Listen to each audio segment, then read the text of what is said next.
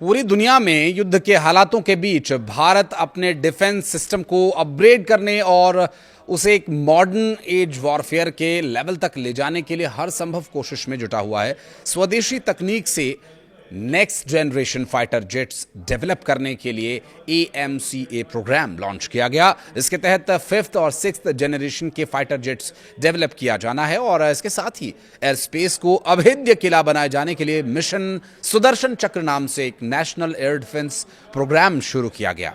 S-400 के साथ ही अन्य देसी डिफेंस सिस्टम्स इसका हिस्सा हैं।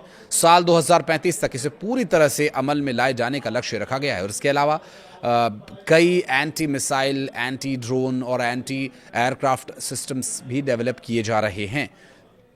मिसाइल के क्षेत्र में भारत ने कई उपलब्धियां हासिल की हैं और अग्नि सीरीज की मिसाइलों के साथ ही ब्रह्मोस और क्रूज फाइटर जेट्स के मामले में भारत अब भी इंपोर्ट पर निर्भर है और इसी को लेकर फ्रांस की डसॉल्ट एविएशन के साथ 114 राफेल फाइटर जेट खरीदने के प्रस्ताव को हरी झंडी दी गई है।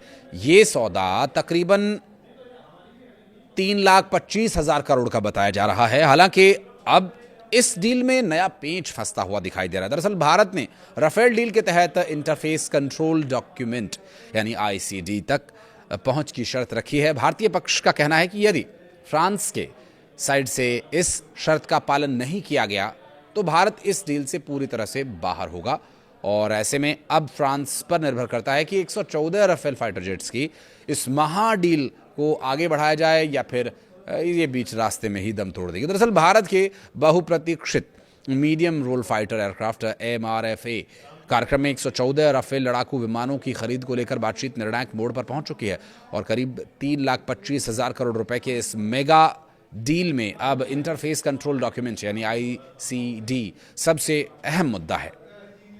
दरअसल इस डील के भविष्य का फैसला भी इसी के माध्यम से होना है।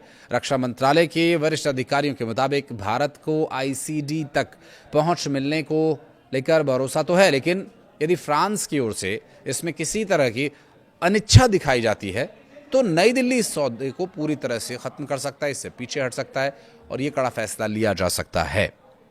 ये रुख भारत की रक्षा खरीद नीति में एक बड़ा बदलाव दर्शाता है, जहां अब तकनीकी पहुंच और ऑपरेशनल ऑटोनॉमी को अनिवार्य शर्त के रूप में देखा जा रहा है, न कि एक अतिरिक्त सुविधा के रूप में। इंडियन डिफेंस रिसर्च विंग की रिपोर्ट के अनुसार रक्षा सचिव राजेश कुमार सिंह के नेतृत्व में ICD के महत्व को और अधिक बढ़ावा दिया गया है।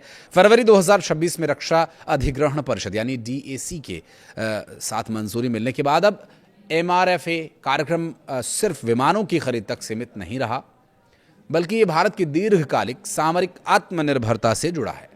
सरकार का स्पष्ट लक्ष्य है कि भविष्य में किसी भी अपग्रेड या वेपन इंटीग्रेशन के लिए विदेशी कंपनीज पर निर्भरता को कम किया जाए। डिजिटल इंटरफेस फ्रेमवर्क तकनीकी रूप से ICD एक मानकीकृत डिजिटल इंटरफेस फ्रेमवर्क होता है जो विमान के मिशन कंप्यूटर और बाहरी सिस्टम जैसे हथियारों के हार्ड पॉइंट्स के बीच हैंडशेक का काम करता है।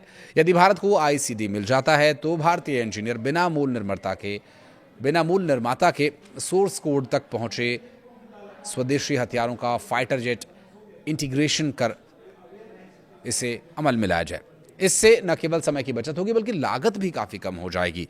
पहले 36 राफेल विमानों की खरीद में भारत को हर नए गैर फ्रांसीसी हथियार को जोड़ने के लिए डसॉल्ट एविएशन पर निर्भर रहना पड़ता था और इस प्रक्रिया में अतिरिक्त लागत और लंबा समय का इंतजार भी लगता था, जिससे ऑपरेशनल फ्लेक्सिबिलिटी प्रभावित हो रही थी।